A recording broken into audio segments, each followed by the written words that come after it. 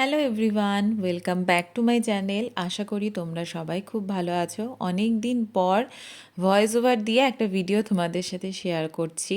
আর নিশ্চয়ই ভাবছো যে আমার রাধা মাধবরা এত সুন্দর করে সাজুগুজু করেছে, তার কারণ কি? যদিও আমি সবসময় ওদের সাজুগুজু করিয়েই রাখি, আজকে তবে একটু অন্যরকমভাবে সাজানোর চেষ্টা করেছি। তার কারণ হলো আজ আমার জন্মদিন, আর ঠাকুরের কাছে এবার আমি নিজে হাতে একটু পায়েস করে দেব বলেই মার কাছে বলেছিলাম যে ওদের চারজনের জন্য একই রকম জামা তৈরি করে দিও। এই চারজনের জামা কিন্তু আমার মাই তৈরি করেছে। আর সকালবেলা নানা রকম কাজ সেরে তারপর আমি বাজারে গিয়েছিলাম ঠাকুরের জন্য একটু ফল ফুল মিষ্টি আনবো বলে, আর ঠাকুরকে একটু পায়েস করে দেবো বলে দুধ আর গোবিন্দভোগের চাল আনতে। তো যথারীতি সব কিছু নিয়ে চলে এসেছি। তারপর স্নান টান করে ঠাকুরকে সাজিয়ে গুছিয়ে আমি এদিকে ফল আর মিষ্টি সমস্ত কিছু থালায় বেড়ে নিচ্ছিলাম, আর ওদিকে মা পায়েসটা বসিয়েছে। খানিকটা তৈরি করার পর বাকিটা আবার আমি নেড়েচেড়ে নামিয়েছি।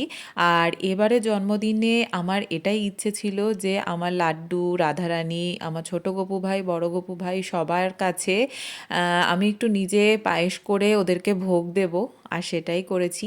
অনেক দিন ধরেই মন হচ্ছিল ওদেরকে একটু কিছু নিজে হাতে তৈরি করে দেবার, তো সময় সুযোগ হচ্ছিল না বলে আজকের দিনটাকেই বেছে নিলাম। তারপরে সুন্দর করে মনের মতো সাজিয়ে পুজো দিলাম। জানিও তোমাদের কেমন লাগলো। এবারে জন্মদিনটা আমি এইভাবেই কাটিয়েছি, বাড়িতে ঠাকুরকে পুজো দিয়ে। আর হ্যাঁ, অবশ্যই কিন্তু জানিও আমার মা গপু ভাইদের জন্য যে জামাগুলো তৈরি করেছে সেগুলো পরে আমার গপু ভাইদেরকে কেমন লাগছে।